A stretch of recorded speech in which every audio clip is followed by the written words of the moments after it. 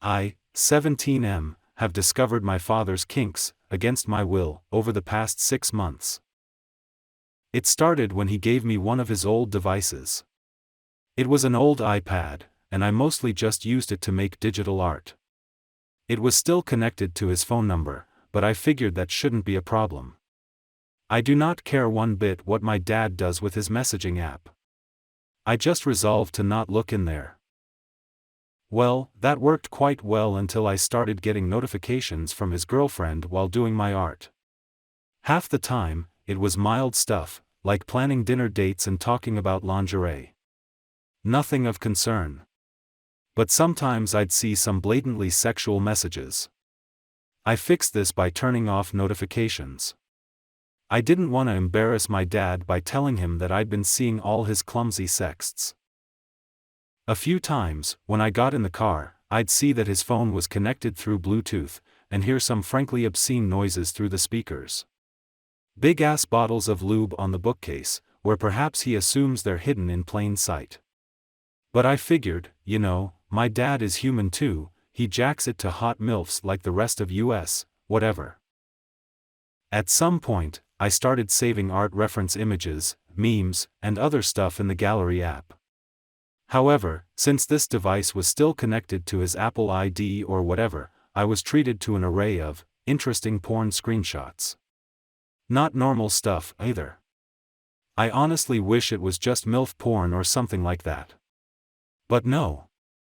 They all had titles like, Sissy Femboy Cuck Goes on Walk with Mistress, Watches Her Cheat.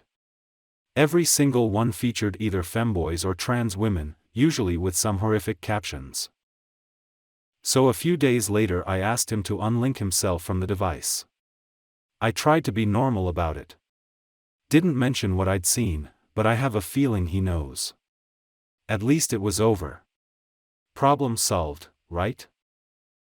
Wrong. Today, he called me over to look at something on his computer.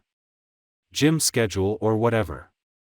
But behind that window, in nearly full view, was his fucking femboy porn. Pet play, too, complete with kennels from what I could see.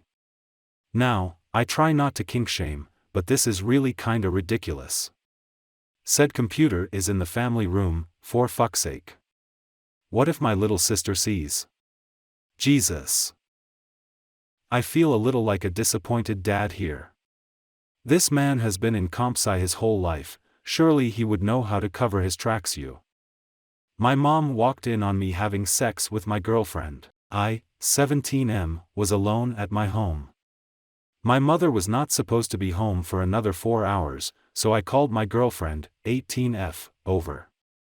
I go to college in another city, and had come to my parents' place for holidays. So I don't get to spend time with my girlfriend a lot. As soon as I saw the opportunity, I took my shot and called her over. We were enjoying our time together, P.S., not the first time we've had sex, and my parents had an idea about us dating but they didn't really say anything about it. But as my girlfriend and I were doing it, my mom suddenly walked in through the door and saw us. I think all three of us were traumatized. The worst part is, my parents are very good friends with her parents, and her parents have no clue about the two of us even dating. After we got dressed, my mom started scolding both of us, saying that we are being selfish by not caring about the consequences of our actions and how it affects the people closest to us. She even said that she would be willing to sacrifice our relationship just to save her relationship with the girl's parents. The good thing is, my mom decided not to tell the girl's parents, so she is safe. Me on the other hand, I feel as if my parents have disowned me. They scold me saying that I cannot be doing stuff like this when I am not in a position to take ownership of the girl or the consequences of whatever happens, and that they are very disappointed in me for doing this even while knowing that it was a wrong thing to do. Now they are saying that they want fund my college abroad as their need to punishments for my action. My GF admitted that she used me to hide her sexuality. My GF admitted to the fact that she used me to hide the fact she was a lesbian. I knew she liked girls and is at least bisexual, but I had no idea it was to this extent. Her parents are conservative and doesn't support same-sex relationships. She also said she had a GF who no one knows about for 3 years. She said she wanna break up with me but can't see they'll find out about her GF, and she deliberately made us get caught by her parents so they'll think she's straight. But after she said she loves me and always goes too far with things and she regrets what she said. She said she loves me and wants us to get married in the future. I don't know what to do or think she loves to prank people, so maybe this is a prank? She's acting lovey-dovey and says she regrets what she said, and if we break up she hopes we're still friends. I haven't talked to her after she admitted this, but I'll talk to her later and ask her the truth and what she honestly wants. I just don't know what to do or think or how to even process this. I am 34, technically, brought my wife. So growing I just never really had any luck with the opposite sex, mainly because I'm autistic and introverted. I never knew how to attract a woman, and although I'm tall, I always kept myself fit, pretty attractive, took good care of my looks etc. But women are emotionally turned on and you're basically fucked as a man if you are awkward/autistic, even if you looked like Brad Pitt, unless you have money, which is what I do have. So I came from a pretty poor family. My family didn't leave me with nothing and I earned my money myself. I remained a kissless viring until 31, although I did spend my late teens, 20s working like crazy. I hold a master's in electrical engineering and I make very good money as a PLC engineer. I make 6 figures a year, and I also saved like crazy during my 20s as well, which helped me to buy a 5-bedroom house. Anyway, I hit 30 and I was still single. I hated hearing everyone around me talk about getting married and having kids because I felt like I was being left out.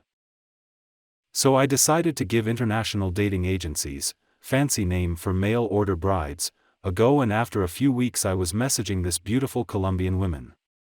It did cost me money to message her and I also sent her money over to help her family, but about a year later I decided to fly over there to meet her. It was me and a group of other guys who went over there in a group.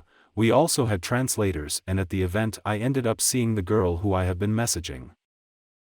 She was 23 at the time while I was 30, but she was beautiful, amazing body, lovely brown skin, great eyes, nice smile. She couldn't really speak much English, so we had a translator, but she seemed like all she wanted was to find a man to start a family with.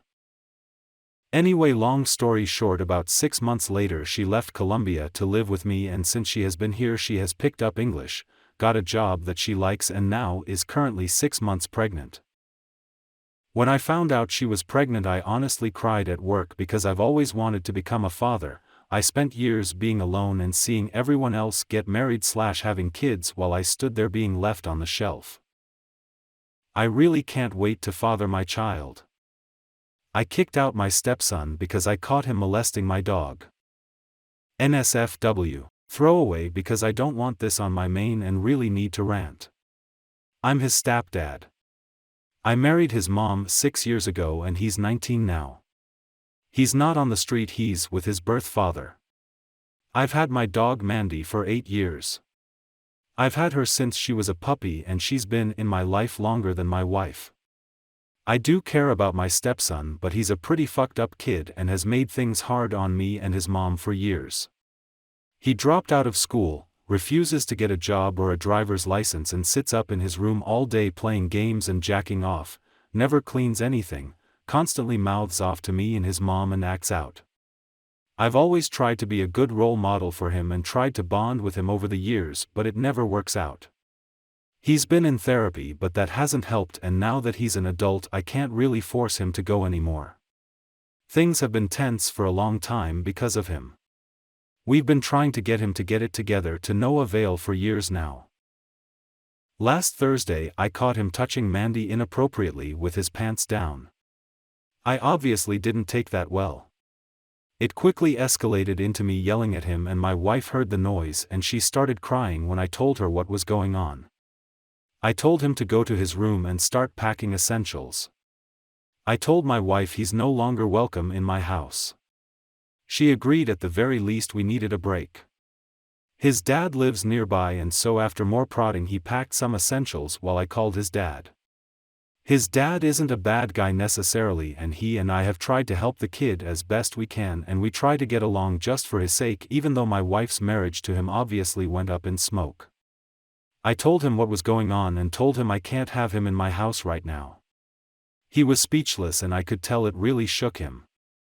I asked if he wouldn't mind him living there for a while. He said it wouldn't be a problem and that he'd be ready to talk strategy with my wife and I on what our next steps are. I told him if he needed money I'd give it to him and he declined and apologized for the kid's behavior and started crying. I told him it's not his fault and that he's sick, but as bad as I feel for him I can't be around him right now. My wife took him to his dad's and I took Mandy to an emergency vet clinic to make sure she was okay. Unfortunately it gets worse. The vet checked her out after I told him what was going on and he told me she's not hurt now but has scarring and signs of long-term abuse. I broke down right there in the vet's office and started crying. I couldn't believe he would do something like that with her, not just once but probably several times. I took Mandy home and my wife and I talked for hours about what to do. We've contacted a psychiatrist and talked with his dad and he's going to take him there and make sure he gets the help he needs. This last week has been hell and I told my wife I don't know if I can ever forgive him for what he did and she said she's having a hard time with it too. We're also looking at a facility for my stepson to go to for professional help full-time. We've been giving Mandy lots of love, attention and treats so hopefully she can move past all of this too. It's so upsetting and disgusting. For a week now I've constantly felt sick to my stomach about how this has been happening in my house without me knowing. I have cried probably every day since it happened. I just don't see the light at the end of the tunnel right now. Update: my wife and I have been talking about this all week and we talked about it some more and we've agreed the best thing we can do for him is to press charges and try to get him institutionalized with professionals to help rehabilitate him. His birth father talked with us about it and agreed this is the right thing to do. Thank you to everyone for all of the love and support for my wife, Mandy and myself. It helps more than you think. Mandy seems to be doing okay. She actually seems happier and more carefree without my stepson around, which is understandable. We've been spoiling her rotten to make her as happy as she can be. My wife and I are also seeking a therapist as honestly neither of us have been handling this very well. I have not spoken to my stepson at all since he left. My wife can't bring herself to talk to him either. His dad said he's pretty much just making sure he's eating, but he doesn't really know what to say to him either. He's been taking it really hard, especially since he's living with him full-time now and seeing how he lives. The whole situation is just a mess. I made a big mistake. I was horny and hooked up with a married woman. I hooked up with a woman I met at a bar last weekend. I'm not normally into the one-night stand thing or hookup culture, but I was horny and she was hot. Well, we went back to her place and did the deed, and after we were done I took a shower and was getting dressed when she says to me, "You need to hurry, my husband just texted me and he's going to be here soon." I was shocked because she said nothing about being married. I said, "You have a husband, what the fuck?" She seemed shocked and said, "Is it a problem for you?" I said yes, and even though we exchanged numbers that I didn't want to see her again. Well, on Monday I searched her name on Facebook, found her husband and sent him a quick message. I told him that we hooked up last weekend and that she wasn't wearing a ring and I didn't know she was married, and we had sex in his bed and that she told me after. I told him I was very sorry and if I had known I never would have slept with her, and he's welcome to punch me out if he sees me. He messaged me back and said he had a feeling she's been sleeping around and that he appreciated me telling him, and that because I didn't know he's not upset with me. He said he's going to confront her in a couple of days.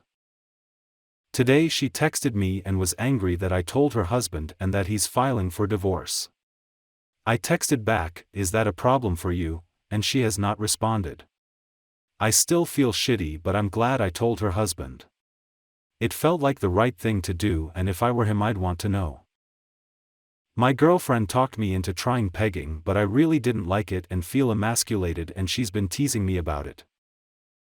It was never something I was super attracted to, but she kept talking about how hot it is and how good it's supposed to make me feel, and I thought I might as well try it. I'll only live once. So we did it, and honestly it felt pretty uncomfortable and it felt like I was going. I was not into it at all, but she was, and she was obviously disappointed we stopped. I really didn't enjoy the experience, and I feel like she emasculated me, especially because she keeps teasing me about having taken her cock, or her filling my tight hole. She also frequently leaves the dildo in the bed and even under my pillow last night. She also randomly pulls the dildo out of nowhere and hits my ass with it, and it's starting to piss me off. I keep telling her to knock it off, but she tells me I need to lighten up and I'm overreacting. Before all of you people into pegging start chiming in, yes, I am aware that a woman pegging you isn't gay, so I shouldn't feel emasculated or whatever, and I know, but I do. That's just how I feel, especially with how my girlfriend has been teasing me. Don't think my girlfriend is attracted to me anymore. My girlfriend is pretty affectionate and a good partner and very caring. But whenever it comes to trying to get her in the mood or just trying to get any sort of sexy time in general, is always immediately shut down. It's been a whole year of this. We used to have sex all the time, but now it's like I don't even turn her on anymore. The rare occasion that we do have sex, it doesn't feel like she's all into it. Like she's just forcing it. It's really hard for me because I have an absurd sex drive. Anytime I try to talk to her about it, she turns it around and makes me feel bad for wanting her. Shit hurts. I'm dying. To the friends who don't know, let these be my last words towards you. It's officially been 100 days since I was diagnosed. What started out as mild headaches have transformed into an inoperable brain tumor that has given me a year at best. The truth is that I hope that's an optimistic figure. If I'm still here by Christmas, it'll only be physically and not mentally. I'm in constant agony. My brain feels like it's trying to push out of my skull. I'm going blind, and the glasses aren't for aesthetics. I've lost my memories that my parents say I used to cherish. I suffer from seizures. I fall unconscious even when I'm standing up. I can no longer eat solid food without throwing it back up. Since my diagnosis, you've seen my condition get worse. I've told you it's depression, exhaustion. I say my alcohol tolerance has gotten lower. I pretend the literally copious amounts of drugs I've bought off you are for recreational purposes, but the truth is much worse. There's a reason you haven't seen me in a month despite your constant invites. If you're wondering why I can't tell you, I've lost all dignity and I'm too vain to let your last memories of me be a shell of my former self. I'm not going out like that. The family members who know about the tumor look at me like a dog about to be put down, like a dementia patient reminiscing about the past. There's no dignity when there's impending doom. You won't do the same. So farewell. You always bantered me about my height, so I've kept it short and simple, like my life was not even a year ago. Life is great fun, and upon reflection the worst parts are really inconsequential. Even at death's door, celebrate my life, don't mourn my death. They'll tell you it was suicide and that I succumbed to my demons. That's not far from the truth. The cancer has already killed my former self. Again, goodbye. I hope to see you all soon. Thanks for watching this video. Please leave a like and subscribe.